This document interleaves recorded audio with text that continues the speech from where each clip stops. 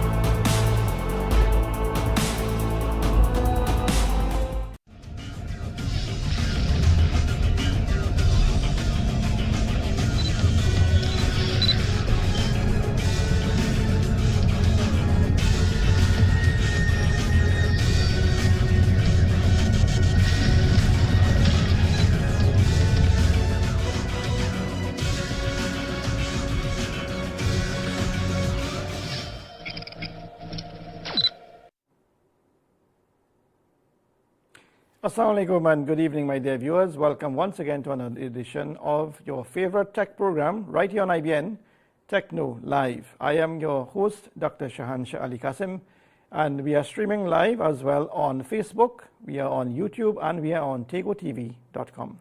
So we have a really content-packed program for you tonight, and I'd like to get straight into it one time. Of course, if you're looking at this program for the first time, it's aired every Thursday evening from 8 to 9 p.m. It's a live program, as I said, and it's a rerun. There's a rerun on Saturday afternoon around 2 o'clock or so. So let's get into it. It is said that in order for you to understand where we are or where we are going, it is important to know the history. And many of you out there use Microsoft Windows, and I'm quite sure that some of you will be using maybe Windows 7, Windows 8, Windows 10, or maybe even Windows 11. But how many of you all know about Windows 1? I'm quite sure many of you all don't. And you might say, that's way before my time. Well, I'm going to show you a little history of the Microsoft operating systems, where they were, how it evolved, and where we are now. Let's take a look. Windows 1. Windows 1.0 was Microsoft's first graphical operating system that's released in 1985. So it was created because back then, people actually had to type commands on an operating system called the MS-DOS just to open a program on their computers. But it was just too difficult and bothersome to do. That's why Microsoft created Windows 1.0 that runs on top of that MS-DOS system to make everything graphical. So people can now open a program by easily clicking the icons instead of having to type command prompts. That time, the programs on Windows were still light and simple, such as Calculator, Paint, and the Reversi game. Also, the interface was still locked in tile mode, meaning that we can't make it overlap like today's Windows interface, and it doesn't have the minimize or maximize button either. And despite being light and simple, this Windows version often had some errors and experienced blue screen of death while producing weird letters and sounds. Another problem is that people needed a mouse since they needed to click the icons. But at that time, a mouse was not common like today yet, especially since people only needed a keyboard to type command prompt on MS-DOS anyway. Windows 2. Windows 2.0 was released in 1987 as an upgrade of Windows 1.0. So this time, the windows can actually overlap instead of being locked side by side. And this feature was very useful because programs such as Microsoft Word and Excel showed up in the era of Windows 2. So office workers could multitask better, like they can type in Microsoft Word while checking some numbers in the overlapping Excel at the same time. But later on, Apple sued Microsoft. They claimed that the overlapping Windows design copied the Macintosh interface. But the good thing is, Microsoft won the case because in the past, Apple actually asked Microsoft to help make Word and Excel for the Macintosh computers. And since they worked closely together, Microsoft was allowed to use some of Apple's interface ideas for Windows. But later on, when Windows started becoming more successful, Apple suddenly sued Microsoft for copying their design. That's why the judge allowed Microsoft to keep this overlapping design to this day. Windows 3. Windows 3.0 was released in 1990, and it was the first version that really made Windows popular. The reason why it became popular was because it introduced a full-color graphical interface that looked much cleaner and better than the previous version. Also, since that time, computers used Intel 386 processor, which was a newer and more powerful processor in that era. This time, Windows could run heavier programs like CorelDRAW and also open more software at the same time. 2 years later, Windows 3.1 was released and it introduced the drag and drop feature. So instead of copying or transferring a file using a certain shortcut, this time people can simply drag and drop the file. And since this feature made a computer easier to operate, not only offices and companies used Windows, but now even regular people started getting their own personal computers as well. Windows 95.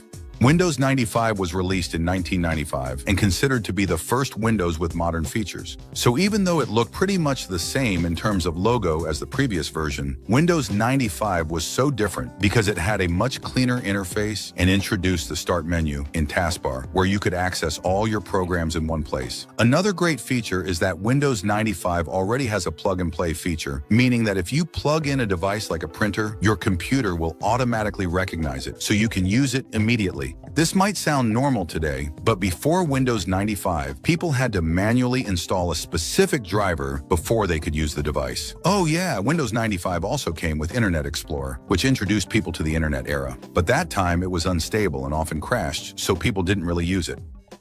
Windows 98. Windows 98 was released in 1998 as an improved version of Windows 95. So this time, when people browsed the internet, Internet Explorer didn't crash as often as in Windows 95. Another upgrade was that before the Windows 98 era, computers had different ports for each device, which was confusing. But then Windows 98 introduced full USB support, meaning that devices like mice, keyboards, and others could finally use one standard connector, which is USB. And not just that, Windows 98 also came with dual monitor support, making it useful for people like gamers and professionals if they need more screen space. But unfortunately, Windows 98 was pretty buggy and unstable. In fact, that time Bill Gates and his employee were doing a demo about Windows 98 live on CNN. But then the computer suddenly experienced blue screen of death. Let's plug it in. You'll notice that this scanner build... Whoa. Windows ME. Windows Millennium Edition was released in 2000, and it's considered to be the worst Windows version ever because it was too unstable. Opening software could make your computer laggy or just straight up crash. In terms of features, it actually introduced the System Restore, which creates a backup copy of your system files. So let's say you're installing a new driver or doing a Windows update, but then suddenly your computer keeps crashing or acting weird. This feature will allow your computer to restore the whole system to the previous moment before everything gets messed up. But sadly, even the System Restore feature doesn't always function properly either. So yeah, that's why people back then called Windows ME the Mistake Edition.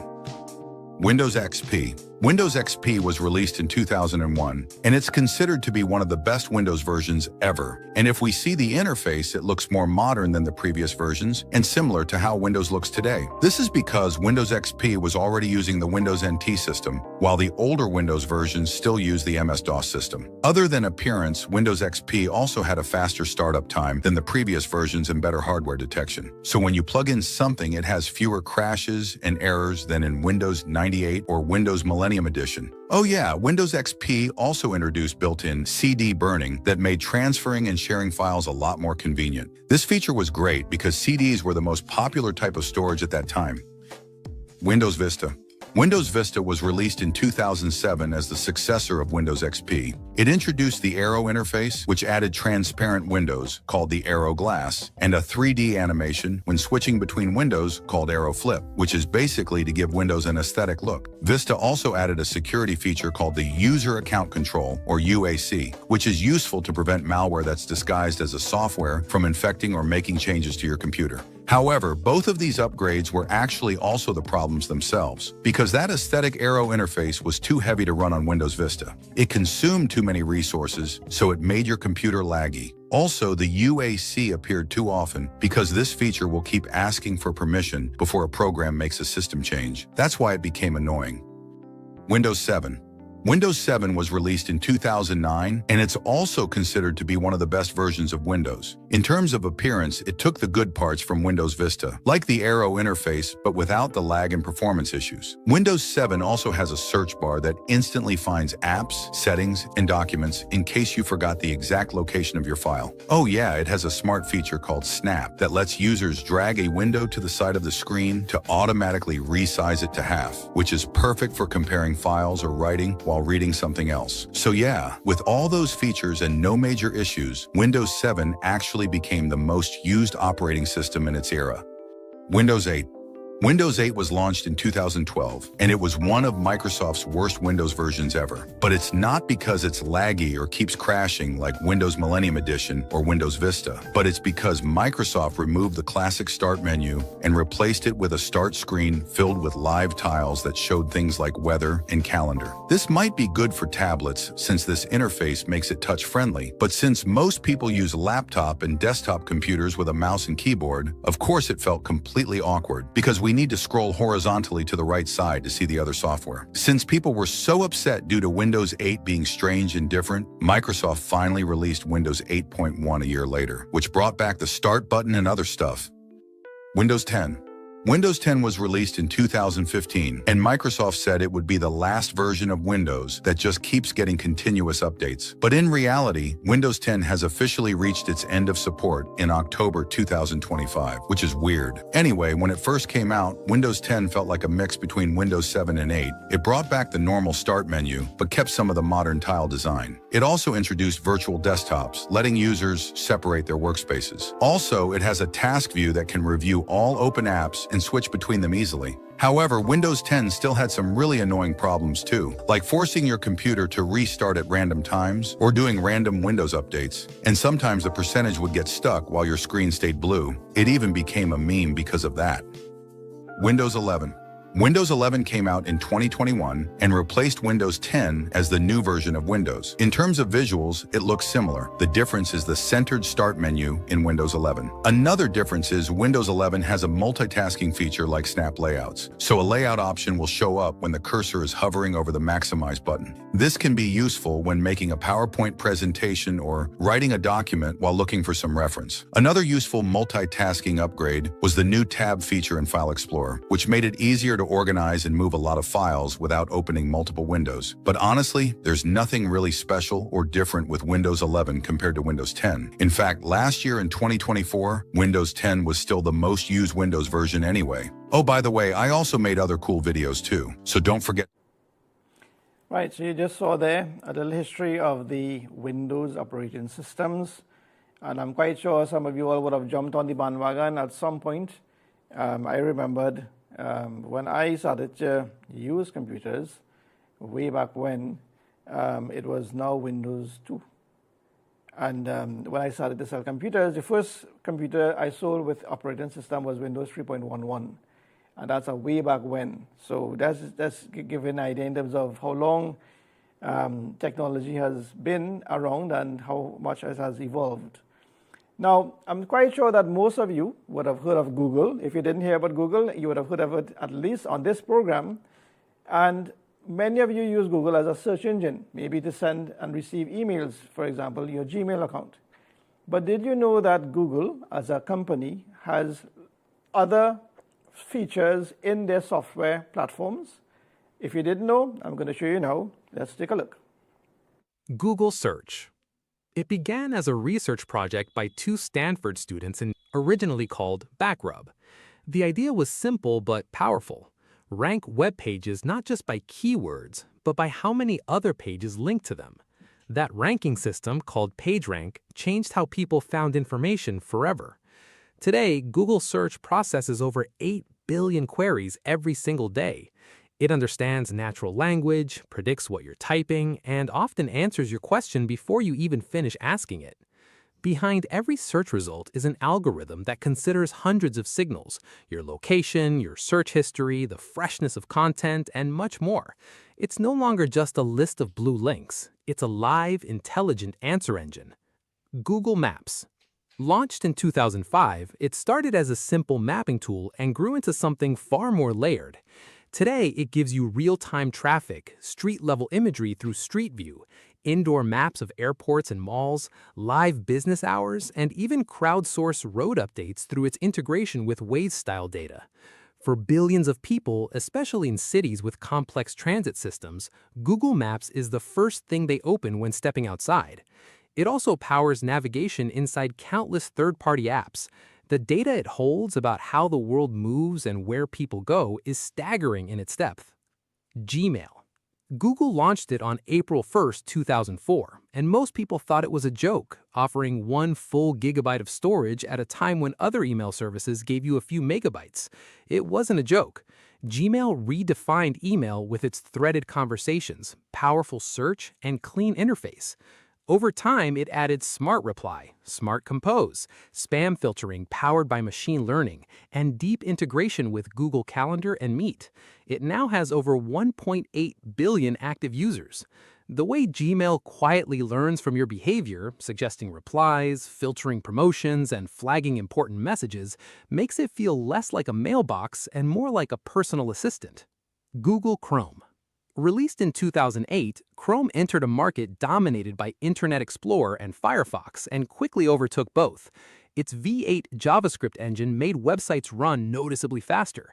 Its sandboxing model made it more secure, and its sync feature meant your bookmarks, passwords, and history followed you across every device. Chrome eventually became more than a browser. It became a platform. Extensions, developer tools, and the Chrome Web Store turned it into a customizable workspace. Today, it holds over 60% of the global browser market. Some critics point out its high memory usage and data collection, but for most users, the speed and convenience have always outweighed those concerns. Google Drive.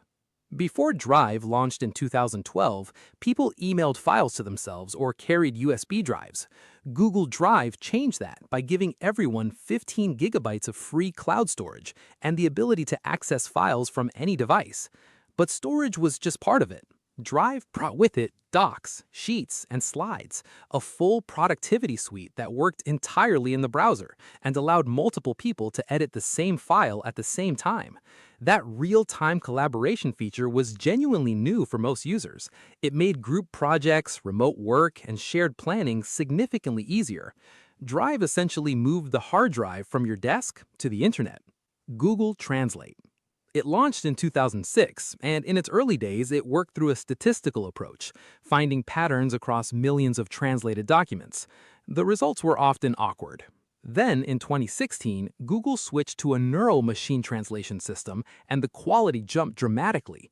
Today, it supports over 130 languages and can translate text, voice, images, and even live video through your phone camera. It isn't perfect, nuance and context still trip it up, but for basic communication across language barriers, it works remarkably well. It has quietly become one of the most used tools in the world, especially for travelers, students, and anyone working across borders. Google Photos. When it launched in 2015, it offered unlimited free photo storage, which immediately made it one of the fastest adopted Google products ever. Beyond storage, it introduced smart organization, automatically grouping photos by people, places, and events without any manual tagging. Its search is genuinely impressive. Type Beach 2019 or birthday cake, and it finds the right photos. Features like Memories resurface old moments on their anniversary. Later editions brought powerful editing tools and cinematic video creation.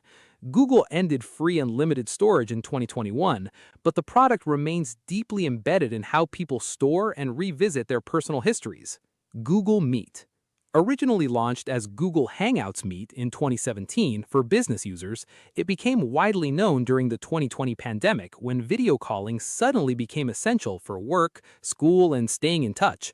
Google responded by making Meet free for everyone and quickly adding features like noise cancellation, live captions, breakout rooms, and recording. It integrates directly into Google Gmail and Google Calendar, which means joining a meeting often takes just one click. It doesn't have the cultural footprint of Zoom, but for users already living inside Google's ecosystem, Meet is often the most frictionless option available. Google Classroom. It was built specifically for education and launched in 2014 as a way for teachers to distribute assignments, give feedback, and communicate with students, all without paper. It connects with Google Docs, Drive, and Meet, so the entire learning process can happen in one place. During school closures worldwide in 2020, Classroom saw enormous growth, almost overnight. For many schools, especially those with limited budgets, it became the backbone of remote learning. Teachers can create classes, post announcements, grade assignments, and track student progress. It's designed to be simple enough that a student or teacher with basic digital skills can use it from day one. Google Calendar. It launched in 2006 and positioned itself as more than a scheduling tool. It learns from your emails. If you book a flight through Gmail, the event often appears in Calendar automatically.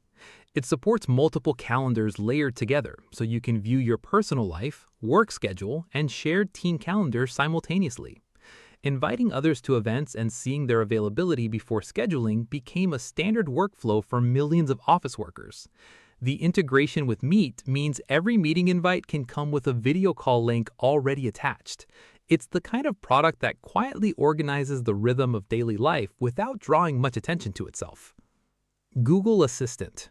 It arrived in 2016 as part of the Google Allo app and the original Google Home speaker, but it quickly expanded to Android phones, smart displays, TVs, and more. Unlike a simple voice search, Assistant was designed for conversation. You could ask a follow-up question and it would remember the context of what you just said. It can set reminders, control smart home devices, make phone calls, read your messages, and answer complex questions by drawing from Google's search knowledge.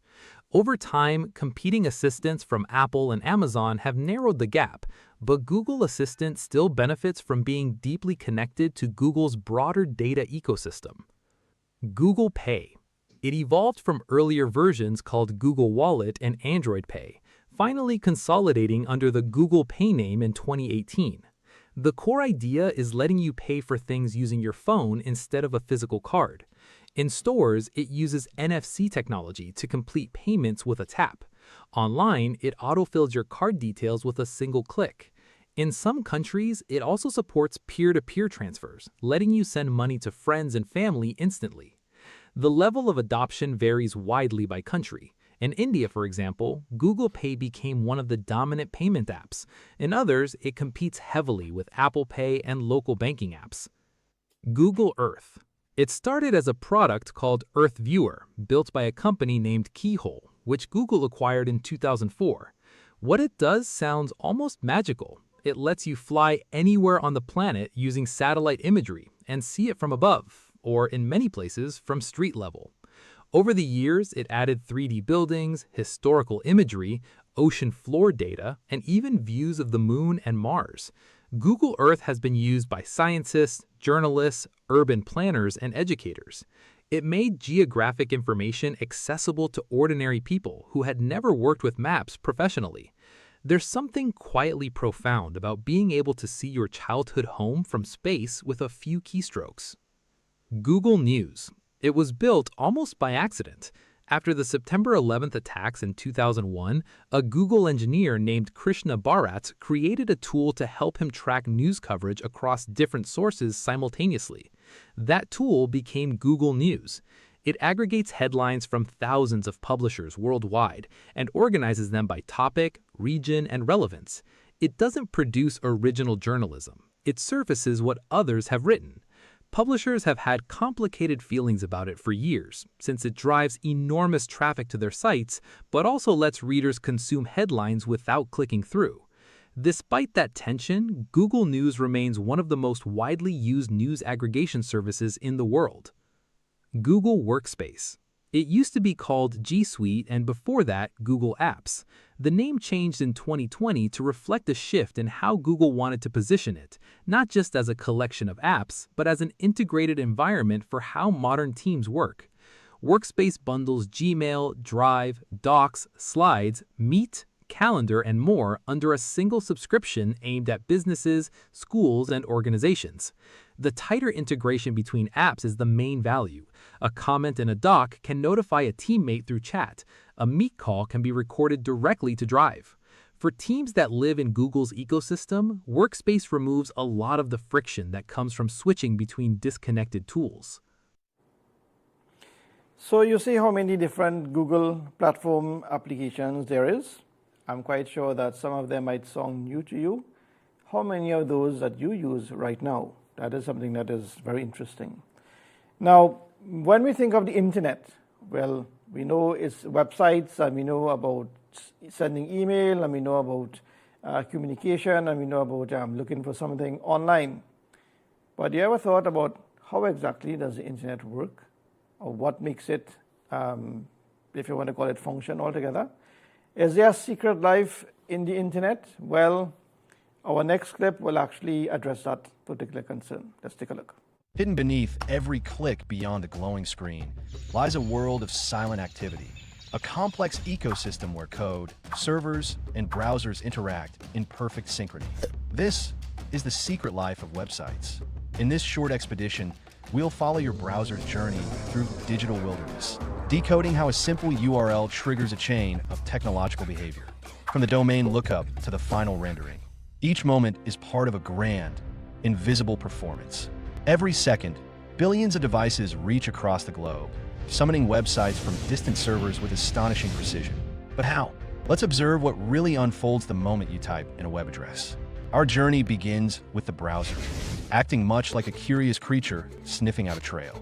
It encounters the DNS, or domain name system, a network of guides that translate names like your site.com into exact global coordinates known as IP addresses. Without this step, the browser would be lost in the digital wilderness. With coordinates in hand, the browser ventures to a server, its destination. Here, the web host resides. It's the nesting ground of the website.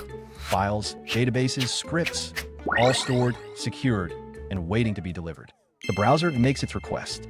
The server, always alert, responds with precisely what's needed. The files begin their journey. Like flocks of birds in formation, packets of HTML, CSS, and JavaScript fly across fiber optic cables, routing through data centers and satellites. Each file knows its place. Each piece is critical to the construction ahead. Upon return, the browser transforms from explorer to engineer. It reads the instructions, assembles the layout, styles it, animates it. Text becomes readable. Buttons become clickable. The site is born, an ephemeral digital habitat customized just for you. All of this intricate choreography, happens in less time than it takes to blink. What seems instant is, in truth, a masterclass in coordination, speed, and design. Behind every website lies a secret life few ever witness until now. Great. So I hope you're enjoying tonight's program. As I said, we have a lot of content packed in tonight's program. And as of course, what I'll do, I'll give you some time. So we'll take a break and maybe you can go have some tea or something. Let's take.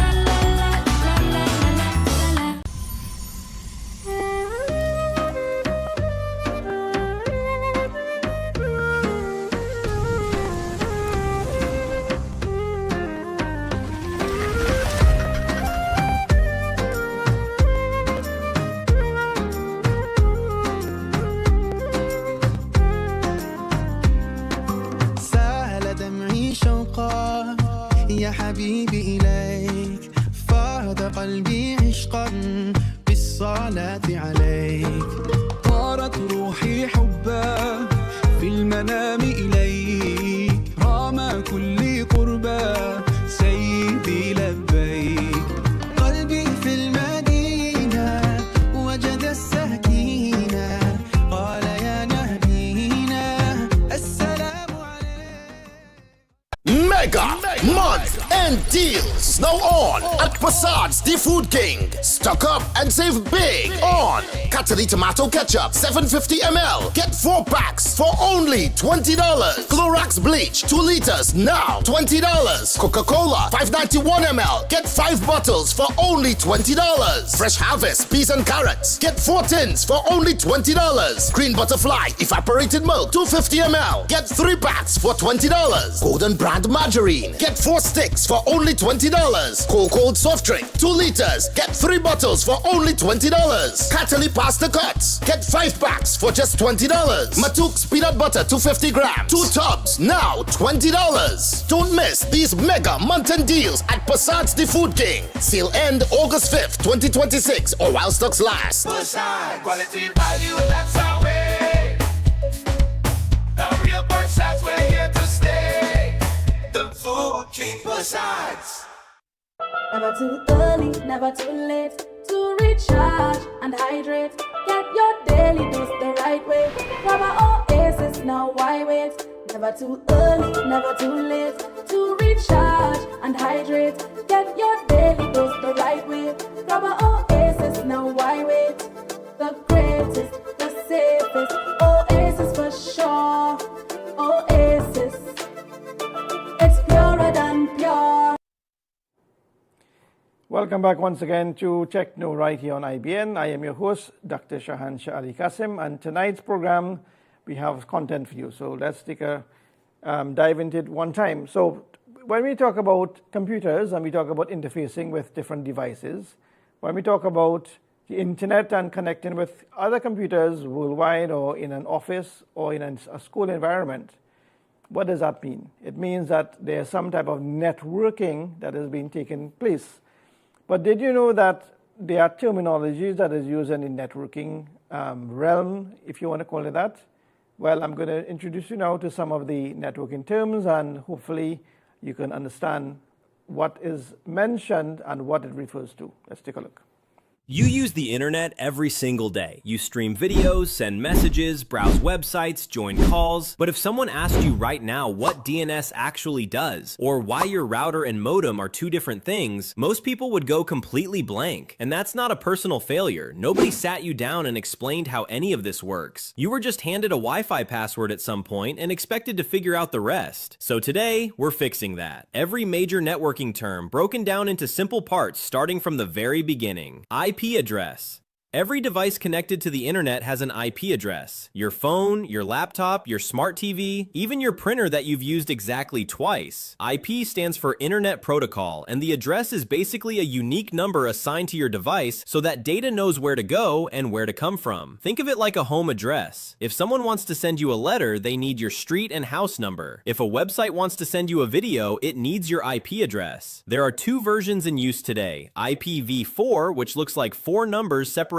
by dots like 192.168.1.1, and IPv6, which is longer and handles the fact that we've nearly run out of IPv4 addresses because nobody in the 1980s predicted that every human would eventually own 5 connected devices. Your IP address can be public, which is visible to the internet, or private, which is only used inside your home network. That's why your laptop and your phone can both be on the same Wi-Fi and still be separate devices. DNS. DNS stands for Domain Name System, and it is the reason you type google.com instead of 142.250.185.78. Every website on the internet lives at a specific IP address, but nobody wants to memorize a string of numbers every time they want to check their email. So DNS acts like a giant phone book that converts human-readable domain names into the IP addresses computers actually use. When you type a website into your browser, your device silently asks a DNS server, "What's the IP for this?" And the DNS server answers in milliseconds. It happens so fast you never notice it, until it breaks, and then suddenly nothing loads and you spend 20 minutes restarting your router before realizing it was a DNS issue the entire time. Changing your DNS to a faster public one like Google's 8.8.8.8 or Cloudflare's 1.1.1.1 is one of the simplest ways to make your browsing slightly faster. Most people never do it. Now you know it exists. Modem. The modem is the device that connects your home to the internet. Your internet provider runs a cable, fiber line, or signal into your home. The modem takes that incoming signal and translates it into something your devices can understand. Without the modem, your home network has no connection to the outside internet at all. It's the bridge between your internet provider and everything inside your house. A lot of people confuse the modem with the router because internet providers often sell them as a single combined device, but they are two completely different jobs. The modem handles the connection coming in. The router handles what happens to that connection once it's inside your home. If your internet suddenly stops working, the modem is almost always the first thing worth checking. Router. Once the modem brings the internet into your home, the router takes over. The router's job is to distribute that internet connection to every device in your house, either through Wi-Fi or through physical Ethernet cables. It also manages the traffic between all those devices, making sure your laptop's video call doesn't crash because someone else started downloading a game at the same time. Routers also create your home's private network, assigning local IP addresses to each device using something called DHCP. That's why you can have 15 devices connected at once and they don't all collide into chaos. The quality of your router directly affects your Wi-Fi speed, range, and reliability, which is why upgrading an old router is often a much bigger improvement than paying for a faster internet plan that your outdated hardware can't actually deliver. Wi-Fi. Wi-Fi is simply the wireless technology that lets your devices connect to the router without a physical cable. It uses radio waves to transmit data back and forth between your device and the router. The name Wi-Fi doesn't actually stand for anything meaningful. It was created by a marketing agency in 1999 to sound friendlier than the technical standard it's based on, which is called IEEE 802.11. You're welcome for never having to say that out loud. Different Wi-Fi generations handle speed and range differently.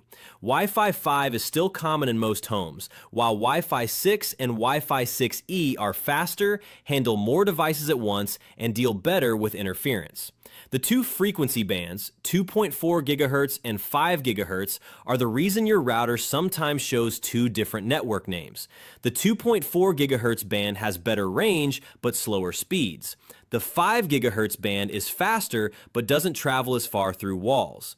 If you're sitting next to the router, use 5 GHz. If you're in the next building, 2.4 GHz is probably your only option. Firewall. A firewall is what stands between your network and everything on the internet trying to get in uninvited. It monitors incoming and outgoing traffic and blocks anything that looks suspicious or unauthorized based on a set of rules. Your router has a basic built-in firewall. Your operating system has one too. Together, they filter out a huge amount of malicious traffic before it ever reaches your device. Think of it like a security guard at the entrance of a building. Most people who get hacked aren't bypassing a firewall through some dramatic Hollywood sequence. They're clicking a link that invites the threat inside voluntarily.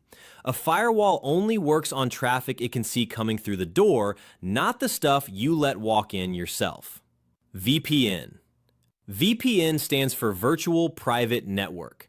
When you connect to a VPN, your internet traffic gets encrypted and routed through a server in another location before reaching its destination. This does two things. First, it hides your real IP address from websites and services, replacing it with the IP of the VPN server. Second, it encrypts your data, which matters a lot when you're connected to a public Wi-Fi network at a cafe or airport where someone could otherwise intercept your traffic fairly easily. VPNs are also how people access content that's restricted in their country, since the website sees the VPN server's location, not yours. What VPNs don't do is make you completely anonymous or protect you from every threat. They're one layer of privacy, not an invisibility cloak. Bandwidth and latency. These are the two numbers that actually determine how your internet feels in real life. Bandwidth is how much data can move through your connection at once. A higher bandwidth means more data, faster downloads, smoother 4K streaming. Latency is how long it takes for data to travel from your device to its destination and back. It's measured in milliseconds and often called ping. A low latency connection feels instant and responsive. A high latency one feels laggy, even if your bandwidth is technically high. This is why gamers obsess over ping. A 200 megabit connection with 80 millisecond latency will feel worse for online gaming than a 50 megabit connection with 10 millisecond latency.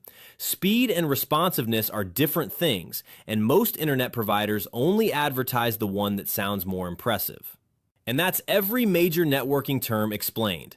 From the IP address your device uses to the VPN hiding it, every layer of your internet connection finally makes sense. Next up, we're going one level deeper. Now that you know how device... Right, so I hope that would have brought some clarity to many of you out there who have heard of some of those terms, but you still don't know what it means. So that is a basic explanation. Now, when we talk about your computer being able to connect to devices, we talk about some type of connection, whether it be a wireless connection or a wired connection. Now, wired connections could be either through a networking port, a parallel port, serial port, a USB port, or some type of wireless connection. Now, when we talk wireless, we're talking about standard wireless, or we're talking about Bluetooth, because those are some of the terms that most of you all know already. But did you know that in order for those things to happen, the computer or the computing device, including your smartphone, uses something called ports? Now, some of you might say, well, you know, my smartphone have a charging port, so I plug in my charging cable right here. Or that charging port also acts as a USB-C connector so that I can connect other devices or I can transfer data to my computer. Well, the thing about it is that it's a little more in-depth than that. And what I'm going to show you now is exactly how computers refer to ports and what it does in terms of for interactive data transfer. Let's take a look. Hey friends, today we're explaining port number. In the next 2 minutes, you'll discover what a port number is, why every internet service uses one, and how your device knows exactly where incoming data belongs. So let's get started. Imagine a huge apartment building.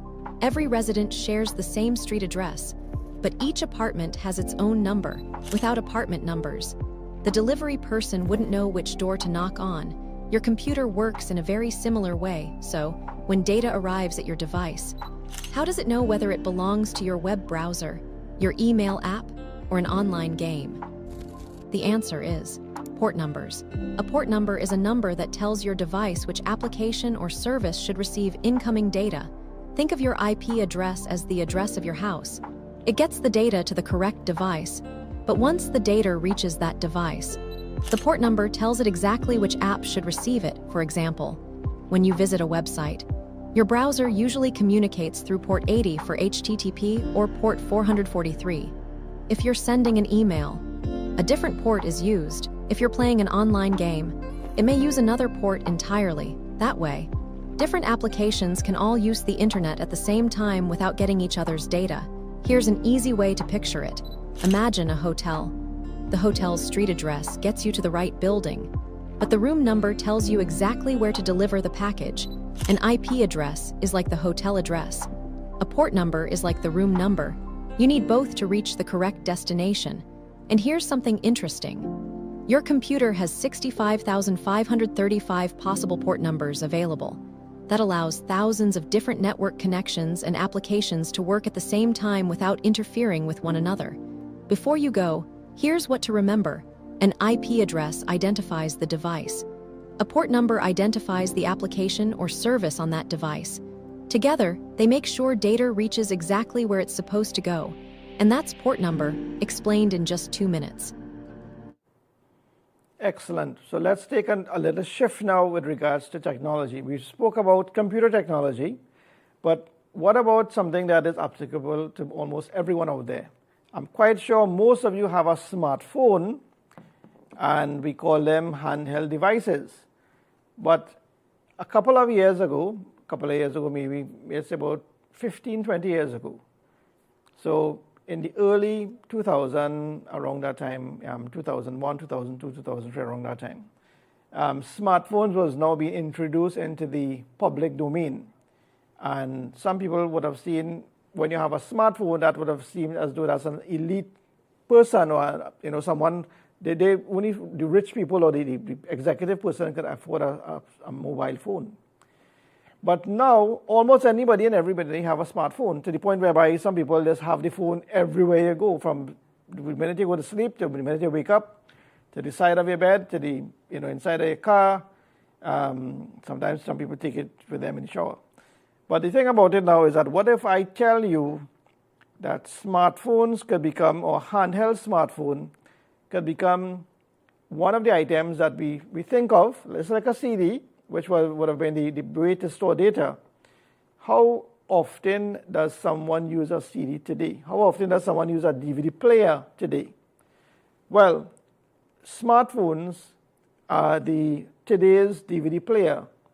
But in a few years to come, those smartphones will be out the door. You know why? Because there's something called smart AI glasses, and that is something that can replace your smartphone. So in other words, you don't have to walk with it, you're going to be wearing it. Let's take a look.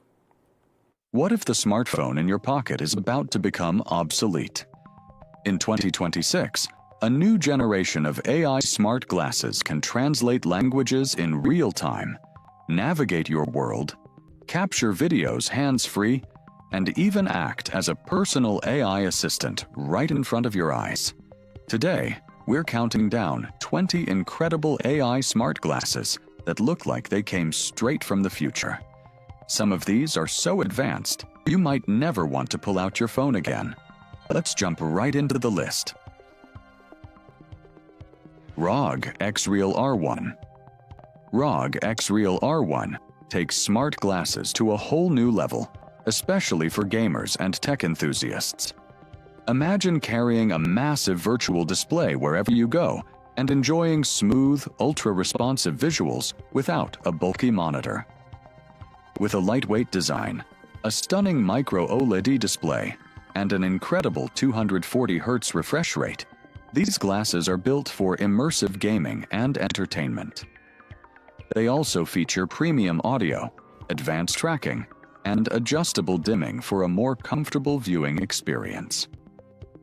Whether you're gaming, streaming movies, or working on the go, the ROG X-Real R1 feels like a futuristic portable theater you can wear on your face. Rokid AI Glasses Style. Rokid AI Glasses Style are the kind of smart glasses that make you wonder why everyone isn't wearing AI on their face yet. These sleek, lightweight glasses look surprisingly normal, but they're packed with powerful AI features. Imagine getting real-time translations, turn-by-turn navigation, voice assistance, and instant information about the world around you, all without reaching for your phone. The built-in camera and open-ear audio system make the experience feel seamless and natural. Designed for all-day comfort, Rokid focuses on practical, everyday use rather than flashy effects. If you want futuristic technology that actually fits into daily life, these glasses are hard to ignore.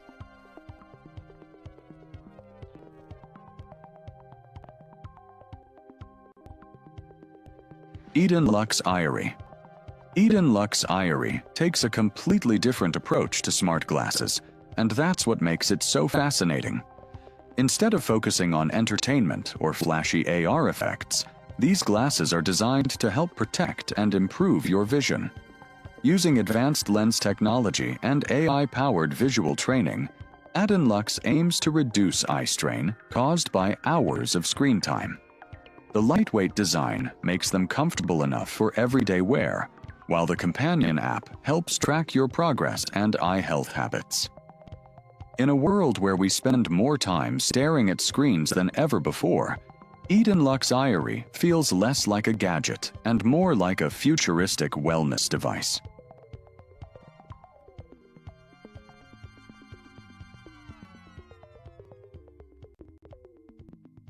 Inmo Air 3. InMo Air 3 feels like one of the closest things we've seen to a true standalone AR computer.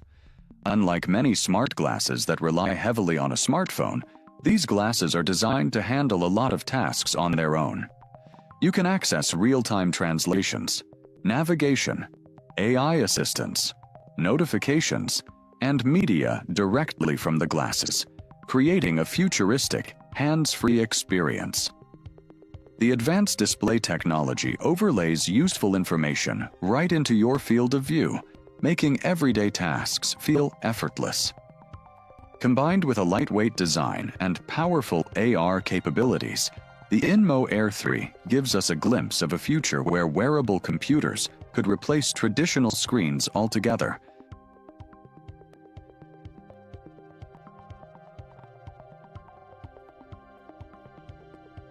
AI Noon AI Smart Glasses.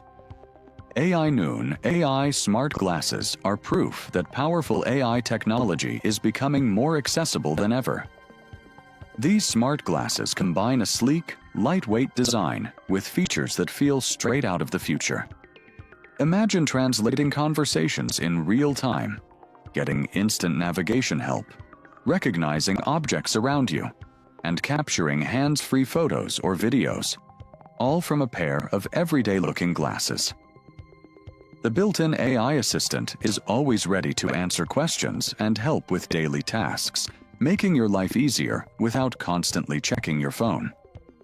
With solid performance and an affordable price point, AI Noon AI smart glasses deliver a surprisingly futuristic experience for everyday users.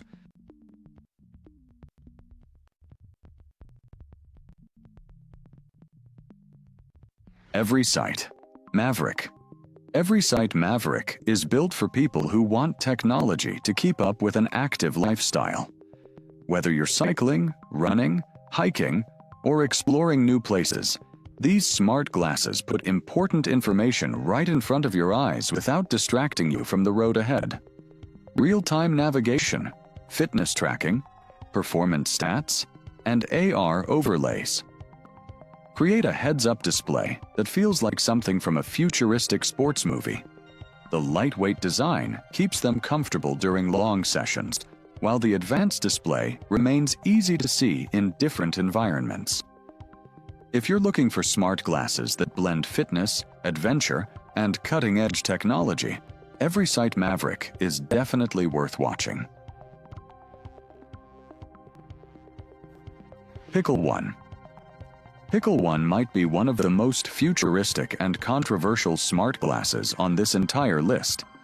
These AI-powered glasses are designed to act like a personal memory assistant, helping you remember conversations, appointments, important details, and daily interactions.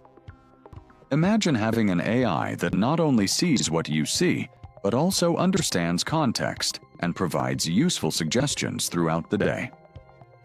From navigation and messaging assistance to intelligent reminders and real-time insights, Pickle One feels like a wearable AI companion from a science fiction movie. If this technology reaches its full potential, it could completely change how we interact with information and memory in everyday life.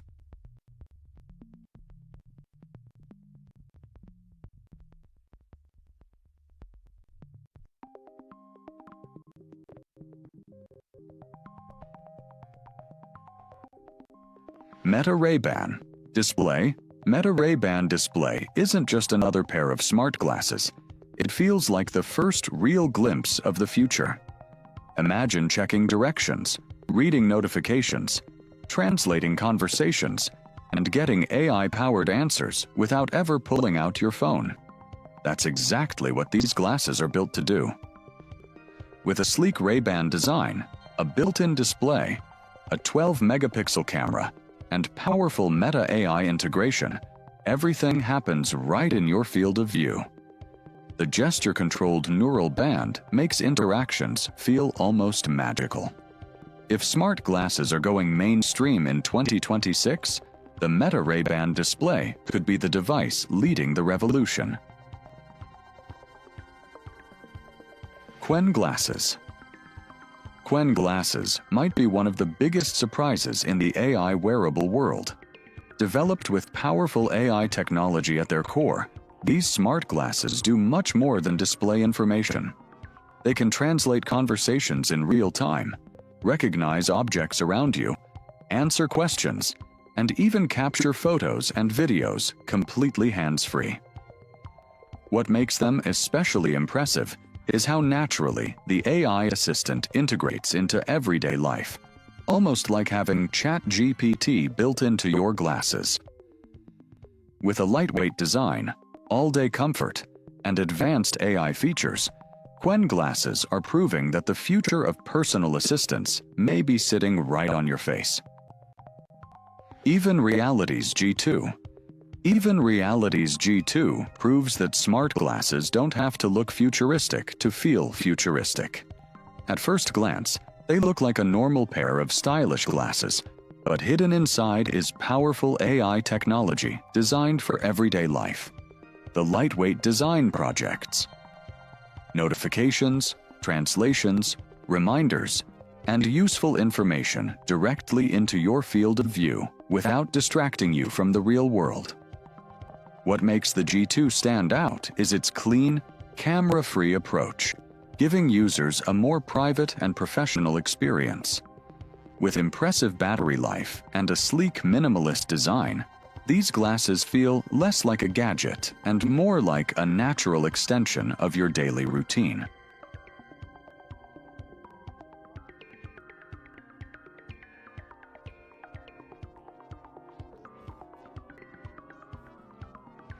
Rayneo X3 Pro. Rayneo X3 Pro looks like something straight out of a sci-fi movie. These next-generation AI glasses combine advanced augmented reality with powerful AI features to create an experience that feels years ahead of today's technology. The full-color display can project digital information directly into your view, while built-in AI helps with translations, navigation, object recognition, and real-time assistance. What's really impressive is the bright display that remains visible, even outdoors, making it practical for everyday use. Add premium cameras, spatial tracking, and powerful processing, and you get a wearable device that feels less like glasses and more like a personal computer for your eyes.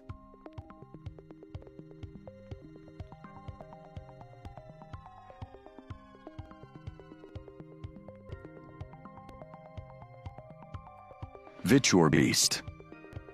VitureBeast isn't just a pair of smart glasses, it's basically a giant portable screen you can wear. Designed for gamers, movie lovers, and power users, these glasses create an immersive virtual display that feels like carrying a massive theater in your pocket. With stunning visuals, smooth refresh rates, and advanced head tracking, everything from gaming to streaming feels incredibly lifelike. The electrochromic tinting helps block distractions, making the experience even more immersive. What's really impressive is how much technology is packed into such a wearable design. If you've ever wanted a private cinema and gaming setup that travels everywhere with you, VitureBeast delivers exactly that. Right, so what you just saw there, those technologies that you just saw in that particular video, it's not technology that's coming. Those technologies, those smart glasses, are actually manufactured and are available now, right? So just to give you an idea, this is not technology that is coming next year. This is technology that is available today. And based on the trend of smart glasses, what's going to happen is that you'll find that as time go along and they improve on features, more than likely handhelds will become a thing of the past, or it might be something that you just simply have on as like a glove, or you would wear a glove. You might be able to just open your hand, and the inside of your palm is your phone.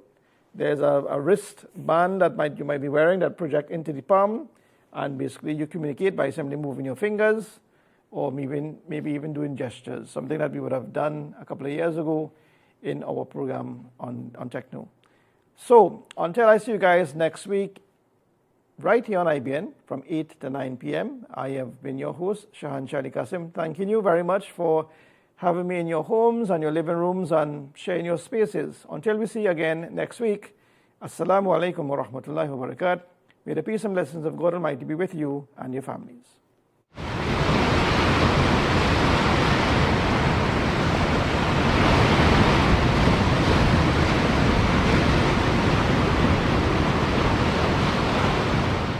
Chic Leisure Limited, making life easier. Our renowned great tasting vermicelli comes pre-cut in regular and